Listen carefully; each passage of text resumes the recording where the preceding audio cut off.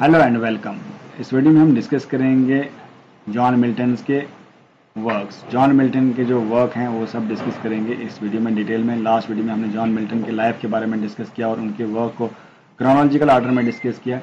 On the morning Christ nativity, ये इसकी summary discuss करेंगे जो कि लिखी गई थी 1629 में।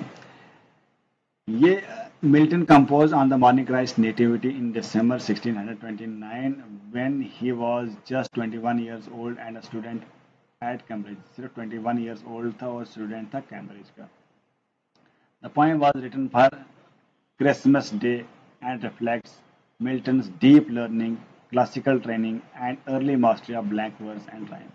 ये क्रिसमस डे के लिए लिखा गया था। इसमें बताता है जॉन मिल्टन की डीप लर्निंग, उसकी क्लासिकल ट्रेनिंग और अर्ली मास्टरी, किसी ब्लैंक वर्स में इनकी जो मास्टरी थी वो बताता है इसमें on the morning Christ nativity. It combines Christian devotion with mythological reference. Christian devotion combine करता है माइथोलॉजिकल रेफरेंसेस के साथ। Marking the dawn of a poet who would later write Paradise lost. और हमें पता चल जाता है कि पैराडाइज लॉस्ट लिखने वाला पोएट है, क्योंकि on the morning Christ nativity जो है इसने ज़बरदस्त तरीके से कंपोज किया। The poem was published in 1645, मतलब 1645 में ये पब्लिश हुई थी कलेक्शन में। इससे रेपुटेशन बढ़ी इस पोइट की, जॉन मिल्टन की। Historically it came at the time of religious tension in England. Puritan like Milton sought purify the church. वो चर्च को प्यूरिफाई करना चाहते थे और ये फोकस करते हैं क्राइस्ट के बर्थ के बारे में। वर्ल्ड्स ट्रू रिन्यूअल हिंट देते हैं इसमें। ये सब जो है एक रिलीजियस टाइप की पोएम है on the morning of Christ nativity. Next poem जो ऑन हिज ब्लाइंडनेस, ये 1655 में लिखी गई है। ये लिखी गई है when he was completely blind, और जो इसकी आई साइट है वो ब्लाइंड हो रही थी, कंप्लीटली ब्लाइंड हो रहा था। तो ये जो है इन्होंने लिखी है ऑन हिज ब्लाइंडनेस। ये ज़बरदस्त पोएम है। ये पोएम जो है रिफ्लेक्ट करता है पर्सनल क्राइसिस। ये बड़ा दुख है, बोलता है कि गॉड को हम सर्व नहीं कर पाया। गॉड ने मुझे इतना बड़ा गिफ्ट दिया पोइट्री लिखने का, मैं उसको सर्व नहीं कर पाया। मैं बाद में इसको जो है लास्ट में बोलता है कि दो आल्सो सर्व ओनली वेट, जो वेट करते हैं वो भी सर्व करते हैं। ये सब इस पोएम में जो है ये बोलता है। और although not titled by Milton himself, it is known by this name because blindness। ये जो है क्या इस नाम इसको नहीं दिया ऑन हिज ब्लाइंडनेस, उसने ये नाम इसलिए पढ़ा क्योंकि ये ब्लाइंड हो गए थे, तो ब्लाइंडनेस के बारे में लिखा है, तो इसलिए उसको मतलब नाम दिया गया ऑन हिज ब्लाइंडनेस। ये 1673 में पब्लिश हुआ, मतलब 1655 में लिखी गई और 1673 में पब्लिश हुआ था। ऑन हिज 23rd बर्थडे 1631 में लिखा गया। हाउ सोन, इसका फुल टाइटल है how soon has time the subtle thief of youth often referred to by its opening words or as on his 23rd birthday। On his 23rd birthday जो है इसको बोला जाता है, बट इसका title जो है डिफरेंट है। ये 1631 में लिखी गई है और मिल्टन जब 23 इयर्स का हो गया था, और he felt he didn't yet achieved greatness or fulfilled his promise which worried him deeply। ये उसको लगता है कि मैंने प्रॉमिस जो है पूरा नहीं किया, मैंने अपना जो है फुलफिल नहीं किया अपना प्रॉमिस, ना मैं ग्रेटनेस मैंने अचीव की। उसको लगता है कि बड़े साल हो गए मैंने कुछ अचीव नहीं किया। ठीक है, ये पेट्रियारिकल सोनेट है क्योंकि 14 लाइन्स है ऑक्टेवो सेस्टेट में, क्योंकि ये ऑक्टेवो सेस्टेट में लिखते थे। जो इटली से सोनेट्स आए थे थॉमस यार्ड ने लाई थी, और यार्ड के ही ये जो है फॉलो करते थे जॉन मिल्टन। और ऑक्टेव और सेस्टेट जो है 8 लाइन क्वार्टराइन और जो बाद में 4 लाइन का सेस्टेट होता था वो यहाँ पे लिखते थे। इसमें youth, personal growth and faith के बारे में लिखा गया है। ये मिल्टन की अर्ली बताता है कि कैसे उसकी डेस्टिनी बननी है, क्या वो लिखने वाला है। उसके बाद एल एलिग्रो एल पेंसिलो से इसने लिखा है। एल एलिग्रो एल पेंसिलो जो ये भी इंपॉर्टेंट पोएम है 1631 टू 1632 में लिखी गई है, जब मिल्टन जो है मिड 20s का था। और टाइटल जो है इटालियन है, L Allegro the happy man, L Penseroso the thoughtful man. ये ट्विन पोएम है।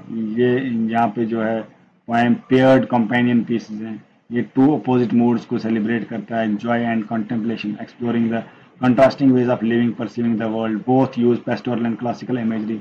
They reflect Milton's Renaissance learning and his belief in poetry power to shape it. Al Allegro मतलब happiness, mirth and joyful life. The poem begins by banishing melancholy and welcoming mirth of misuse. ये banish करता है, melancholy बोलता है कि सुबह सुबह खुशी होती है. Allegro मतलब खुशी, अच्छापन बताता है, अच्छी ब्यूटी है, कंट्री को डांस, म्यूजिक, स्टोरी टेलिंग बताता है, चेयरफुल नेचर बताता है Allegro. ठीक है, एलिग्रो. और उसके बाद जो है ये ऑक्टेव में लिखी सोशिएबल सेंसुअस ऑक्टेव में ये सब एलिग्रो के बारे में बोलता है.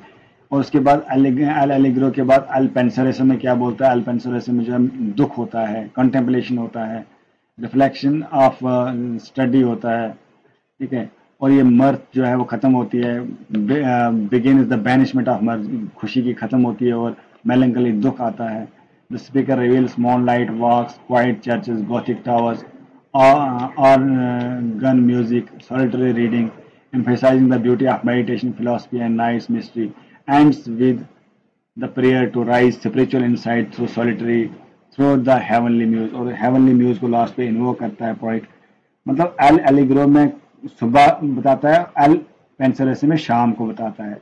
एलिग्रो में खुशी बताता है कि सुबह सुबह बहुत खुशी है, चेयरफुल नेचर है, डांस करते हैं, म्यूजिक है, सब कुछ अच्छा अच्छा है.